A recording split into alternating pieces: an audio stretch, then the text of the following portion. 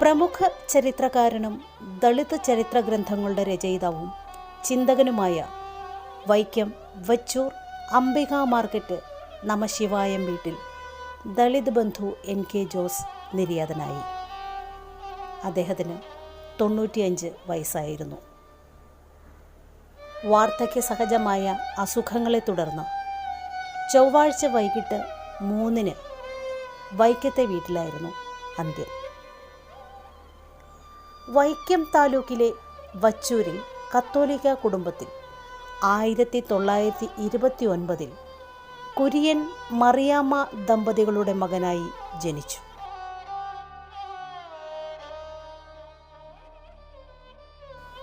കേരള ചരിത്രരംഗത്ത് വഴിമാറി സഞ്ചരിച്ചൊരു ചരിത്ര ഗവേഷകനായിരുന്നു അദ്ദേഹം.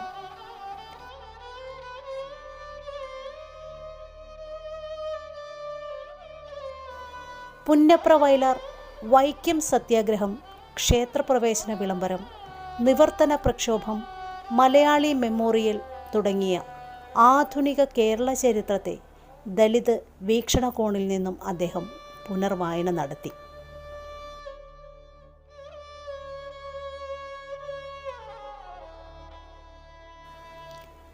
ദളിത് ചരിത്ര പഠനം എന്ന ചരിത്രശാഖയ്ക്ക് കേരളത്തിൽ ആദ്യമായി വലിയ സംഭാവന നൽകിയത് NK ജോസാണ്.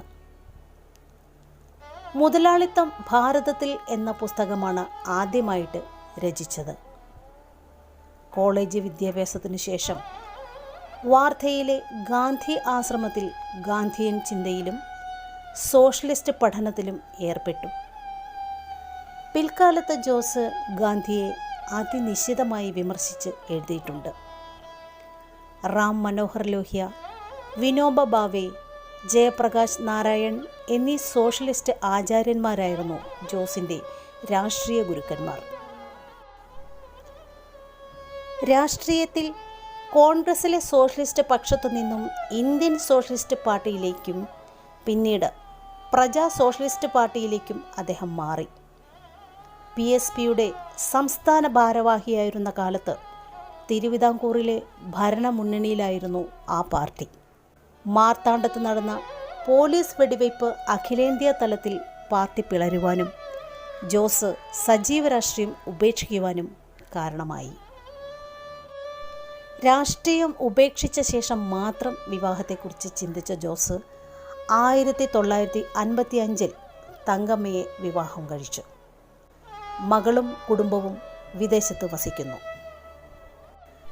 പരമ്പരാഗത ചരിത്രവും തലമുറകളായി പുലർത്തിപ്പോരുന്ന ധാരണകളും പൊളിച്ചെഴുതുന്നവയായിരുന്നു ജോസിൻ്റെ കൃതികൾ എല്ലാം തന്നെ.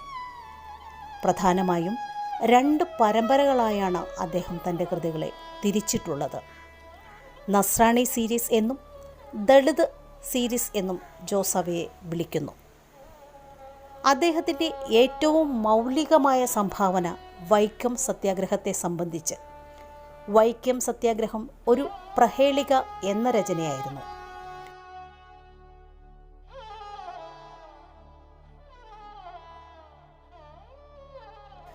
ഉല്ലലയിൽ നടന്ന ദളിതരുടെ യോഗമാണ് ഈ സമരത്തിന് ആരംഭം കുറിച്ചതെന്ന് കൃത്യമായി രേഖപ്പെടുത്തിയത് ശ്രീ NK ജോസ് ആയിരുന്നു.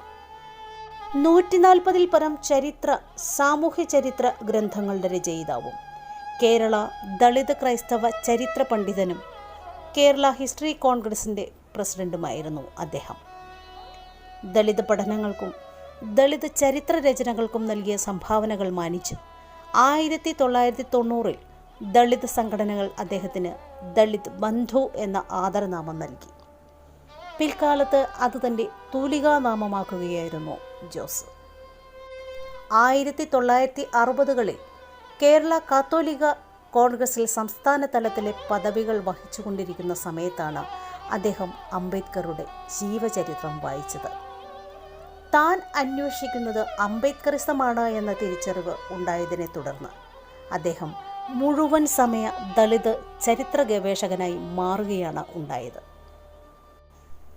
സമഗ്ര സംഭാവനയ്ക്കുള്ള കേരള സാഹിത്യ അക്കാദമി പുരസ്കാരം നേടിയ അദ്ദേഹത്തിൻ്റെ പേരിൽ ശ്രീ ശങ്കരാചാര്യ സംസ്കൃത സർവകലാശാലയുടെ കാലടി മുഖ്യ ക്യാമ്പസിൽ ദളിത് ബന്ധു NK ജോസിൻ്റെ പേരിൽ ആർക്കൈവ് ആരംഭിക്കുമെന്ന് അറിയുന്നു. സർവകലാശാലയിലെ ചരിത്ര വിഭാഗത്തിൻ്റെ മേൽനോട്ടത്തിൽ ഉള്ള ആർക്കൈവിൽ ദളിത് ബന്ധു NK ജോസിൻ്റെ കൈയെഴുത്തു പ്രതികൾ, കത്തുകൾ, അദ്ദേഹത്തിൻ്റെ സ്വകാര്യ ശേഖരത്തിലെ അപൂർവങ്ങളായ പുസ്തകങ്ങൾ എന്നിവ ശേഖരിച്ച് സംരക്ഷിക്കാനാണ് ഉദ്ദേശിച്ചിരിക്കുന്നത്. ദളിതരുടെ മാത്രമല്ല, കേരള ചരിത്രത്തെ സത്യസന്ധമായി മനസ്സിലാക്കുവാനും വിലയിരുത്തുവാനും പഠിക്കാൻ ശ്രമിക്കുന്ന എല്ലാവർക്കും അദ്ദേഹത്തിൻ്റെ നിര്യാണം വലിയ ശൂന്യതയാണ് ഉണ്ടാക്കിയിരിക്കുന്നത്. ആ മഹാത്മാവിനോട് മലയാളം TV ലൈവ് എല്ലാ ആദരവും അർപ്പിച്ചുകൊള്ളുന്നു.